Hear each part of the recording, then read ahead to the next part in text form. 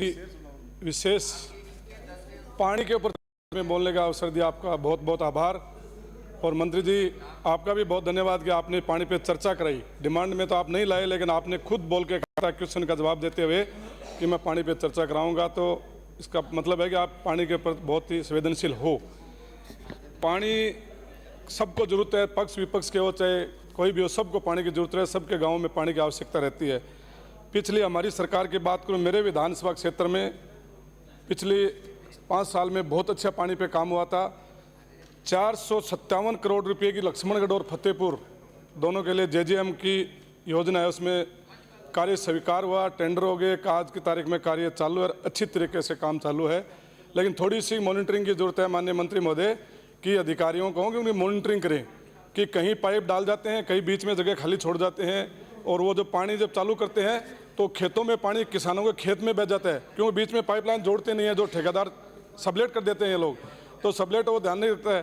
तो उस पर थोड़ा सा मॉनिटरिंग करेंगे तो वो पानी अच्छा मिल जाएगा।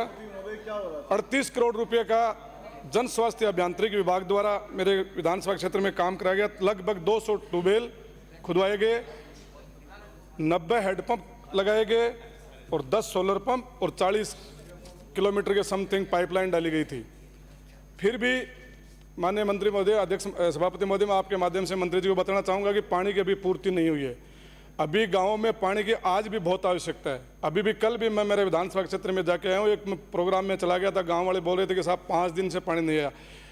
कारण ये था कि कुएँ की ट्यूबवेल की मोटर खराब हो गई और 3-4 दिन से उस ट्यूबवेल को ठीक करने के लिए लोग ने, अब एक गाँव में 1 या 2 सोर्स हों और उसमें वो ट्यूबवेल खराब हो जाए और उसको 4 दिन तक ठीक नहीं किया जाए तो मंत्री महोदय आपको पता है, और गांव में 5-6 घंटे लाइट आती है 3 फेस, उसमें ही वो पूरे 24 घंटे का अपना पूर्ति करते हैं पानी का।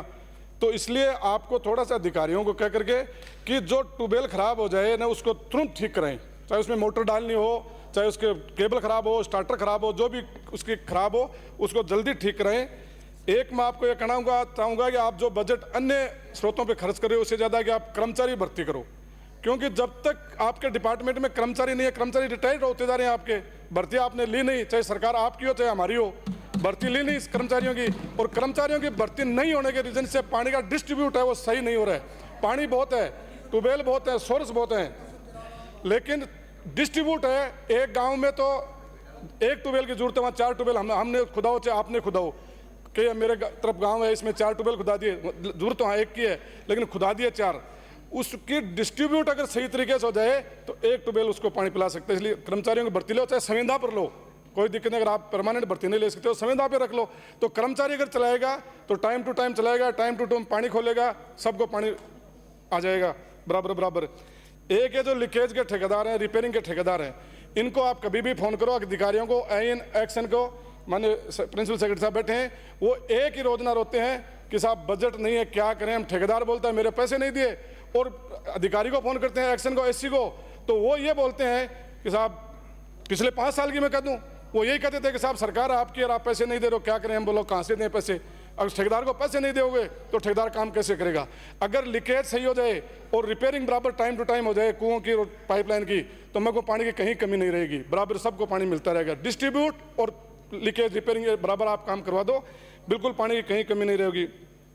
एक जो ओपन वेल हैं, आज भी गाँव के अंदर जो पहले ओपन वेल होते थे कुएं, उनमें क्या होता था, पहले तो कुएं के अंदर जाने वाले आदमी मिल जाते थे, वो अंदर जाके और मोटर को ठीक कर देते थे, मोटर को खोल के ऊपर बाहर निकाल के ले आते थे। लेकिन आज आपको 10-10 गाँव में भी गाँव में कोई आदमी नहीं मिलेगा कुएं के अंदर जाने वाला। एक दिन अगर खराब हो गया, डिपार्टमेंट के पास है नहीं, तो गाँव वाले किसी को पकड़ के अंदर डालते हैं। पहले सीढ़ी, आजकल सीढ़ियाँ भी नहीं है कुओं में, पानी से सीढ़ियाँ सब गड़ गई, और अंदर डालते हैं और रस्से से अंदर डालते हैं। तो 10-10, 15-15 गाँव में एक आदमी होता है, वो आता है तो नहीं आता है, तो उसके आने के बगैर वो कुआं ठीक नहीं होता है। तो वो जो जितने भी ओपन वेल हैं वो सारे ओपन वेल कनेक्शन वही काम में ले लो, चाहे मोटर पाइप वही काम में ले लो, एक ट्यूबवेल खुदा करके और वो उसमें डाल दो, तो उसके मशीन से लोरिंग हो जाए और मशीन से वो मोटर निकाल ली जाए, तो वो टाइम पर ठीक हो जाए। एक ही आप मैं सुझाव देना चाहूँगा, ये एक जहाँ पर अधिकारी लेकर बैठे हैं 2011 की आबादी कि जाते हैं कि साहब मेरे इस कॉन्स्टिट्यूंसी का गांव है, इसमें पानी की समस्या है कि नहीं मेरे साहब, इसमें 2 ट्यूबवेल हैं, देखो आबादी इसकी कितनी है। वो 2011 की आबादी देख रहे हो आप, आप 2024 की आबादी देखो कि 2011 में आबादी कितनी थी, 2024 में आज कितनी आबादी है, 3 गुना आबादी हो गई। तो उसके हिसाब से आप पानी ट्यूबवेल खुदाओ। एक जो आपने जीएलआर पे बैन लगा रखा है, पिछली सरकार ने लगा दिया था कि जेजेएम का, मेरी विधानसभा कहता हूँ कि जेजेएम की स्कीम आ गई आपके, तो लक्ष्मणगढ़ और फतेहपुर, तो जीएलआर की जरूरत नहीं है। अब जेजेएम अभी तक पानी चालू हुआ नहीं है, क्योंकि जेजेएम का तो पानी काम चलते हुए 12 महीने, अब 12 महीने तक और भी 12 महीना मेरे ख्याल नहीं होगा जेजेएम का पाइपलाइन चालू। तो जीएलआर के बगैर आप पानी ट्यूबवेल लगा करके पानी डालोगे किसमें? बिजली तो आती है 6 घंटे, 24 घंटे तो बिजली आती नहीं है कि 24 घंटे घरों में पानी चला जाए। जीएलआर बनाओ, ट्यूबवेल से जीएलआर में जाएगा, जीएलआर भर जाएगी तो सब गांवों को पानी, 1 मिनट माने समाप्ति महोदय, जीएलआर से पानी सब घरों में डिस्ट्रीब्यूट हो जाएगा। एक जो खराब हैंडपंप पड़े हैं, या तो हैंडपंप खुदाओ ही मत ना, हैंडपंप के बगैर व्यर्थ जा रहे हैं, जहाँ जरूरत है वहाँ खुदाओ, नहीं हैंडपंप जो खराब पड़े उसको थोड़ा ठीक करा दो।